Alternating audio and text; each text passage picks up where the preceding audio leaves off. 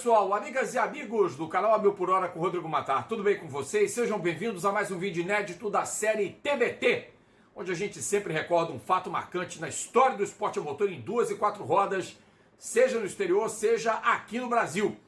Antes, vem de like, deixa a sua contribuição, ative o sininho para receber as notificações de conteúdo do canal, maratone todos os nossos episódios anteriores de TBT, veja os vídeos da série Minis com História, as nossas lives, especialmente os boletins do Rally Dakar, a prévia das 24 horas de Daytona, a gente falou sobre o Roar no último domingo, enfim, tudo que a gente trouxe, breaking news de Fórmula 1, não falta assunto nesse começo de ano de 2024, o automobilismo aqui é pé cravado no fundo. E aí você também se inscreve no canal, não deixe de dar aquele talento, né, se inscrevendo no canal e principalmente participando do clube de membros e colaborando para o crescimento desse espaço para que o algoritmo do YouTube entenda que o A Mil por Hora tem conteúdo relevante na área do esporte motor, na área do automobilismo. A gente, dentro das nossas limitações, faz o que pode e faz muito bem, diga-se de passagem. Muito bem, esse final de semana tem 24 horas de Daytona, 62ª edição desse clássico do Endurance, que começou lá nos anos 60, com provas de 2 horas, com provas de 3.000 km, claro que é a 62ª edição, porque em 1962 houve a primeira corrida por lá de Endurance. Cabe lembrar que em 74 não houve a realização das 24 horas de Daytona por conta da crise econômica do petróleo advinda da guerra do Yom Kippur, que elevou os preços do barris à estratosfera. Então a corrida da Flórida é tradicionalíssima, já foi realizada como prova do World Sports Car Championship, foi prova do IMSA várias vezes depois da Grandam da Garra e voltou à égide da IMSA há cerca de uma década atrás. E pela primeira vez em 4 anos, ela vai ter a transmissão em português para o público brasileiro. A última vez tinha sido no Fox Sports, eu estava entre os comentaristas e volto a estar entre os comentaristas em 2024, o que é uma honra. Obrigado ao Vitor Martins pela confiança e pelo convite feito para eu me juntar a um timaço de profissionais, a um timaço de especialistas que estarão conduzindo essa transmissão no sábado a partir das 3h20 da tarde. E o Brasil tem 9 vitórias na classificação geral, fora outras periféricas em divisões como a do Rafael Matos. O Augusto Fafo já venceu, o Felipe Fraga também. Não lembro se o Daniel Serra ganhou, é provável que tenha vencido.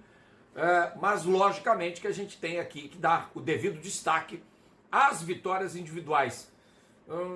A gente tem Oswaldo Negri, tem Tony Kanaan, tem Pipo Derani, na verdade são 10. Tem Raul Boesel e 2 pilotos que venceram 3 vezes a corrida. Sabem quem são?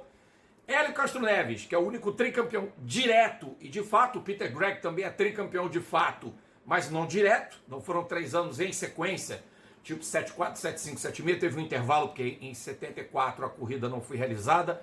Acho que o Scott Pruitt também tem uma sequência de vitórias no meio das 5 que ele ganhou, além do Hurley Haywood e Christian Fittipaldi. O Christian Fittipaldi conquistou suas 3 vitórias no espaço de mais de uma década. Foram 14 anos entre o primeiro triunfo e o terceiro, e o piloto hoje aposentado e recém-aniversariante, alguns dias atrás o Christian completou 53 anos de idade, foi o primeiro vencedor geral das 24 horas de Daytona entre os pilotos brasileiros em 16 anos, desde o título do Boesel em 88 com a equipe Tom Walkinshaw Racing, com o Jaguar na época em que os grupos C ainda existiam como os carros principais da IMSA. E foi o Christian junto a Forrest Barber, Terry Boscheller e Andy Pilgrim na equipe Bell Motorsports com o protótipo Doran Pontiac, o primeiro piloto brasileiro, e também essa formação foi uma das primeiras em Daytona a vencer com os chamados Daytona Prototypes, que tinham sido implementados no ano anterior, numa mudança de regulamento, uma mudança de abordagem da Garra, dona da Rolex Sports Car Series, dona da Grandam, porque os protótipos próximos ao regulamento de Le Mans, que eram chamados de Sport Racing Prototypes 1 e 2, que eram os equivalentes no American Le Mans Series às divisões LMP1 e LMP2, ou LMP 900 e LMP 675, estavam ficando rápidos demais para pistas como o semi-oval de Daytona, né? Ou o Roval de Daytona, porque você tem trechos do oval que você dá flat, ela pé cravado. Uma pista estreita, intramuros, muito complicada de se guiar. E a Garra resolveu mudar o pacote técnico para 2003, trazer carros com uma abordagem mais próxima a carros de produção de série, especialmente na questão do power plant, da questão mecânica, que havia uma variação de modelos diesel que podiam correr com motor 2,5 litros, motores com indução e motores com aspiração normal, que poderiam chegar a uma capacidade máxima de 5,5 litros, com qualquer arquitetura mecânica, 6, 8, 10, 12 cilindros. E aí, claro, todos baseados em blocos de modelos de produção. Vieram BMW, vieram Ford, Porsche, GM com Corvette, Pontiac, Cadillac, com o que ela quisesse fazer. Veio a Toyota com a Lexus. Enfim, houve vários pacotes disponíveis para as equipes dentro de uma gama de 7 chassis que foram autorizados, em princípio, pela Garra para fazer parte do Rolex Sports Car Series, construídos, ao invés dos protótipos SRP, que eram com material compósito em fibra de carbono, feitos com estrutura tubular Space Frame, exatamente para diminuir os custos de produção e tornar a categoria mais atrativa às equipes. Essa medida começou a dar certo ano após ano, porque na primeira Rolex 24 de Daytona, com o novo regulamento, somente 6 protótipos DP alinharam e tiveram que largar das primeiras filas do pelotão, porque foi feita uma reserva de mercado e nos treinos eles tiveram uma performance pífia. Na verdade, eles eram marginalmente mais rápidos do que os SRP, que estavam castrados, e foi um vexame completo, porque a corrida foi ganha por um Porsche da equipe The Racers Group de Kevin Buckler. E havia o sentimento de que para 2004 o vexame se amplificasse. E a categoria DP começou a tomar forma ainda já no ano de 2003, com vitórias a geral de algumas equipes. E em 2004 a situação já estava assim começando a se encaminhar para que os chassis Doran recebessem diversas variações mecânicas, como o caso do Pontiac do carro da equipe de Christian Fittipaldi, e como o caso da Gensko, que corria com o seu Red Dragon, com um Doran com motor Lexus, o carro da equipe Gensko Bob Stallings. E havia ainda, por exemplo, o protótipo Crawford, que corria com mecânica Pontiac, com mecânica BMW, e essa configuração já trouxe um pouco mais de competitividade à categoria DP em 2004. E também havia a Brumos com os Porsche Fab Car, era a chamada geração 1 dos Daytona Prototypes. E o Christian Fittipaldi, ao lado do Forrest Barber, do Andy Pilgrim e do Terry Boscheller, acabaria por vencer uma corrida que foi marcada por muita chuva, especialmente na parte final da prova, e a chuva tirou de esquadro quem estava liderando e tinha total condição de ganhar, não fosse água, que era o Crawford DP, guiado por Tony Stewart, Dale Earnhardt Jr. e Andy Wallace, que sofreram um acidente na reta oposta, já aquaplanando. O carro do Tony Stewart provavelmente teve alguma falha e acabou batendo. O Forrest Barber guiava lentamente, a corrida teve menos de 600 voltas, foi mais curta em quilometragem do que a corrida do ano anterior, que a Porsche venceu com a equipe TRG, mas o Christian, o Terry Boscheller, o Forrest Barber e o Andy Pilgrim acabariam por sair dali vitoriosos na primeira prova do campeonato, que foi ganho por Max Papis e por Scott Pruitt, que ganharam com o modelo Riley da equipe de Chip Ganassi, já começando o Ganassi a dominar o automobilismo estadunidense também nas competições de protótipo. A segunda vitória do Christian, a primeira inclusive tem 20 anos que aconteceu. A segunda completa nesse final de semana, exatamente uma década. Aliás, acho que foi há 2 dias atrás, né? Equivalente à data de 2 dias atrás, tipo 23, 24 de janeiro de 2014, quando aí sim as 24 horas de Daytona voltaram a fazer parte do calendário do IMSA depois de muito tempo, porque foi fechada a fusão entre a Rolex Sports Car Series e a American Le Mans Series, formando o então Tudor United Sports Car, que depois virou o WeatherTech, como conhecemos hoje, com diferenças de regulamento ao longo dessa última década, mas a essência dos DP estava mantida e, claro, começou a vir a chamada geração 3, onde também se aproveitavam protótipos da geração 2, que veio também a Multimatic com o Proto Alto, veio a Doran, enfim, muitos fabricantes, mas a Riley e a Coyote e também a Dallara começaram a tomar conta, tomar mais frente da construção desses protótipos mais espartanos. A Dallara, inclusive, com licença de uma outra fabricante, acho que da Picchio, se não me engano, que participou da geração 1 das 24 horas de Daytona em 2003.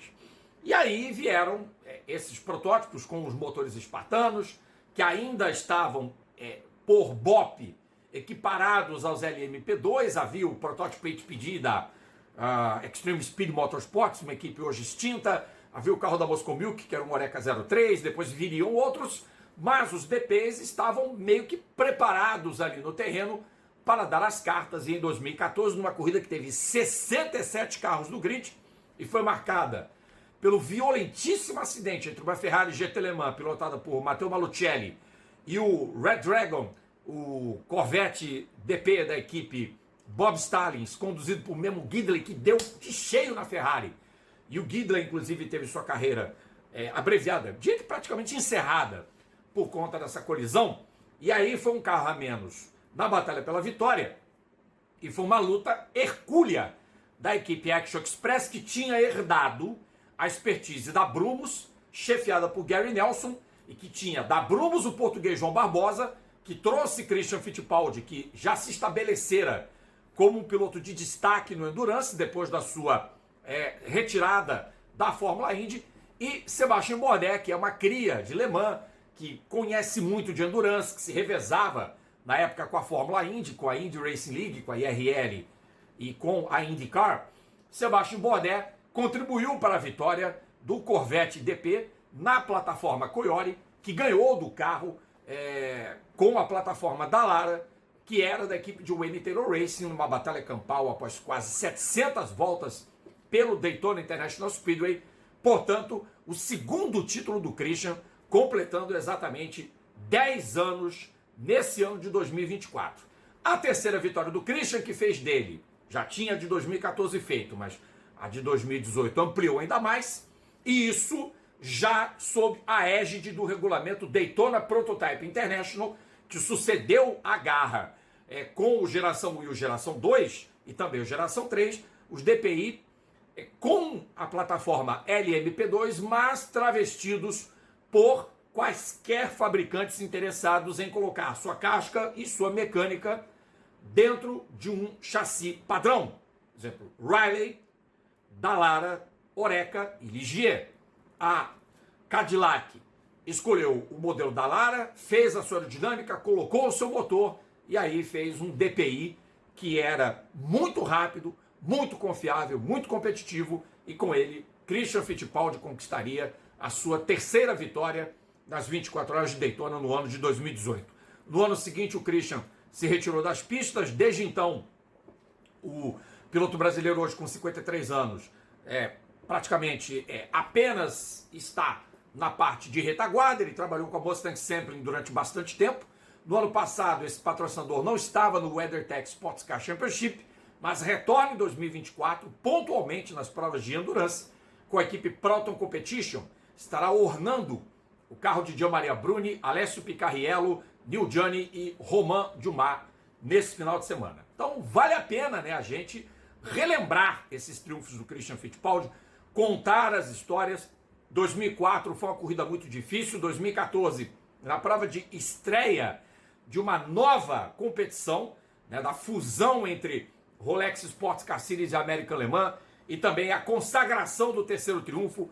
Hélio Castro Neves também ganhou 3 provas, as 3 últimas com as equipes Wayne Taylor e Meyer Shank Racing, mas em 2024 não estará lá para defender, para chegar à marca inédita de 4 vitórias seguidas, porque a Meyer Shank, equipe da qual inclusive ele é sócio na Fórmula Indy e qualquer outra competição que ela participar, a equipe decidiu não ter um carro no índice em 2024, concentrando os esforços apenas na Fórmula Indy com os pilotos Tom Blomqvist, que estará em Daytona com a equipe do Pipo Derani, aliás, pole position, Pipo, Jack Aitken e Tom Blomqvist, e também com o sueco Felix Rosenqvist, que reforça a United Autosports USA na classe LMP2. A Indy, inclusive, está com 14 pilotos do seu plantel inscritos para as 24 horas de Daytona de 2024. 59 carros na pista, 10 GTP, 13 protótipos LMP2, 13 GTE Pro e 23 GTD.